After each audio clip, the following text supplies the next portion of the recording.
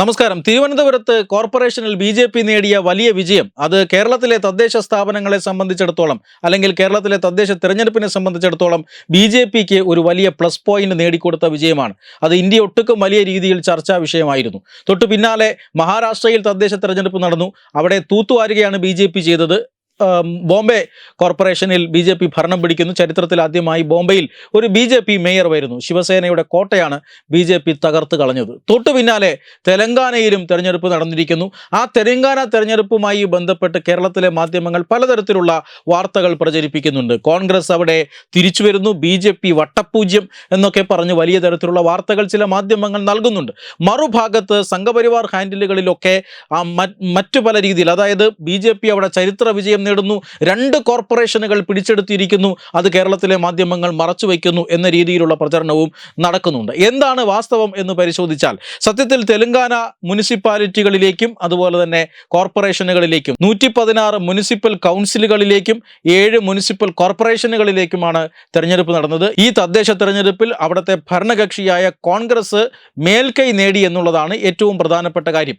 ബി.ജെ.പിക്ക് വലിയ രാഷ്ട്രീയ സ്വാധീനം ഒന്നും ഇല്ലാതിരുന്ന ഒരു ദക്ഷിണേന്ത്യൻ സംസ്ഥാനമാണ് തെലങ്കാന എന്ന് നമുക്കറിയാം. പക്ഷേ ഈ അടുത്ത കാലത്തായി ബി.ജെ.പിയുടെ മുന്നേറ്റം തെലങ്കാനയിലുണ്ട് എന്നും നമുക്കറിയാം. വലിയ മുന്നേറ്റമുണ്ട്. പക്ഷേ അത് സീറ്റുകളായി കൺവേർട്ട് ചെയ്യുന്നതിലും ചില പ്രശ്നങ്ങളുണ്ട്. എന്തായാലും അവിടെ ബി.ജെ.പി. മറ്റൊരു ഗിയറിലാണ് എന്ന് നമുക്ക് എല്ലാവർക്കും അറിയാം. എന്തായാലും ഇക്കൊല്ലം അല്ലെങ്കിൽ ഈ തദ്ദേശ തെരഞ്ഞെടുപ്പിൽ 2020 നടന്ന തദ്ദേശ തെരഞ്ഞെടുപ്പിൽ മുന്നിട്ട് നിന്നത് ബി.ആർ.എസ്. ആയിരുന്നു. അവിടുത്തെ പ്രാദേശിക പാർട്ടിയായ ബി.ആർ.എസ്. ആയിരുന്നു. കോൺഗ്രസ് പിന്നിലായിരുന്നു. ബി.ജെ.പി. അവിടെ വലിയ രാഷ്ട്രീയ സ്വാധീനമൊന്നും ഉണ്ടായിരുന്നില്ല. അതായത് 1767 വാർഡുകളിലാണ് അന്ന് ബി.ആർ.എസ്. മുന്നിൽ നിന്നത്. കോൺഗ്രസ് 580 വാർഡുകളിൽ മുന്നിൽ നിന്നു. ബി.ജെ.പി. 311 വാർഡുകൾ നേടി. ഇത്തവണ അത് നേരെ ബി.ആർ.എസ്. 781 വാർഡുകളിലേക്ക് ചുരുങ്ങുന്നു. 1537 വാർഡുകളിൽ കോൺഗ്രസ് വിജയിക്കുന്നു. ബി.ജെ.പി. 336 സീറ്റ് നില ഉയർത്തുന്നു. മാത്രമല്ല ബി.ജെ.പിയെ സംബന്ധിച്ചിടത്തോളം തെലങ്കാനയിൽ ഏറ്റവും പ്രധാനപ്പെട്ട നേട്ടം എന്നത് 2 കോർപ്പറേഷനിൽ പിടിച്ചെടുക്കാനായി എന്നുള്ളതാണ്. 2 കോർപ്പറേഷനുകൾ പിടിച്ചെടുക്കുക എന്നല്ല, 2 കോർപ്പറേഷനുകളിൽ ഏറ്റവും വലിയ ഒറ്റകക്ഷിയാകാൻ കഴിഞ്ഞു എന്നുള്ളതാണ്.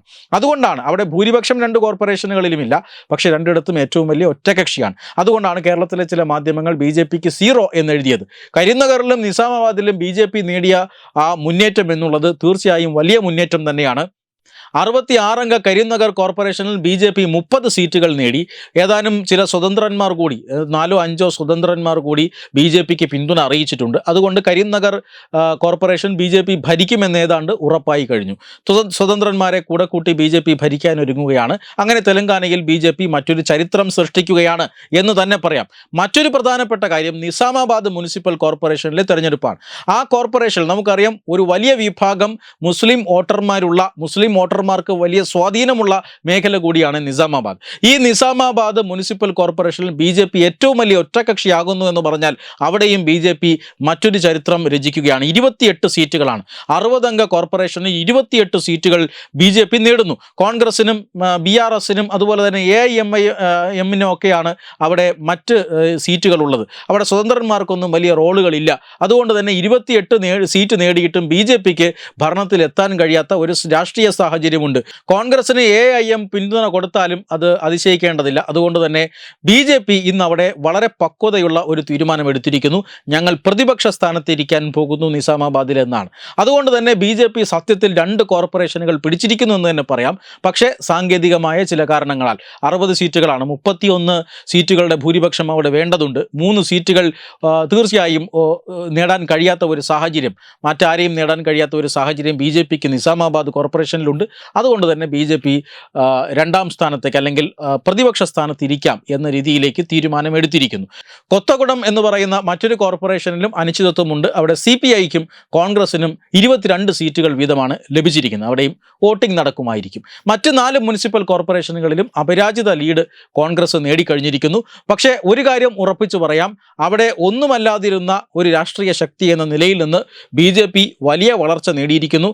കരീംനഗറിലും മുനിസിപ്പൽ അതുപോലെ തന്നെ നിസാമാബാദ് കോർപ്പറേഷനിലും ഏറ്റവും വലിയ ഒറ്റകക്ഷിയായി മാറിയിരിക്കുന്നു. കരീംനഗറിൽ ഭരിക്കാൻ പോകുന്നത് BJP ആണ് എന്ന ഒരു ചരിത്ര നേട്ടം കൂടി കൈവരിച്ചിരിക്കുന്നു. ആ ഒരു അർത്ഥത്തിൽ പറഞ്ഞാൽ എക്സിറ്റ് പോളുകളൊക്കെ 5 മുനിസിപ്പൽ കോർപ്പറേഷൻ വരെ BJP പിടിക്കും എന്നൊക്കെ പ്രവചിച്ചിരുന്നു. എന്തായാലും 2 കോർപ്പറേഷനുകളിൽ BJP മുന്നിൽ വന്നിരിക്കുന്നു. ഈ ഒരു നിലയിൽ BJP തെരഞ്ഞെടുപ്പിൽ തിളങ്ങിയെന്ന് തന്നെ പറയാം. പക്ഷേ പ്രതീക്ഷിച്ച രീതിയിൽ BJP മുന്നോട്ട് വന്നിട്ടില്ല. നിസാമാബാദ് കോർപ്പറേഷനിൽ ഭരണത്തിലെത്താനും സാധിക്കാത്ത ഒരു സാഹചര്യമുണ്ട്. Web desk Tatwamayi news. Brought you by Kerala AIDS control society. HIV AIDS സംബന്ധമായ സംശയങ്ങൾക്ക് 1097 എന്ന 24 മണിക്കൂറും പ്രവർത്തിക്കുന്ന ടോൾ ഫ്രീ നമ്പറിലേക്ക് വിളിക്കുക.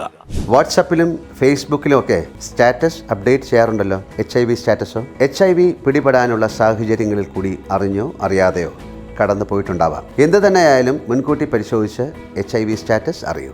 സൗജന്യ HIV പരിശോധനയും കൗൺസിലിങ്ങും ആരോഗ്യ കേന്ദ്രങ്ങളിൽ പ്രവർത്തിക്കുന്ന ICTC അഥവാ ജ്യോതിസ് കേന്ദ്രങ്ങളെ സമീപിക്കുക. നിങ്ങളുടെ സ്റ്റാറ്റസ് എന്തായാലും വിവരങ്ങൾ രഹസ്യമായി സൂക്ഷിക്കുന്നതായിരിക്കും.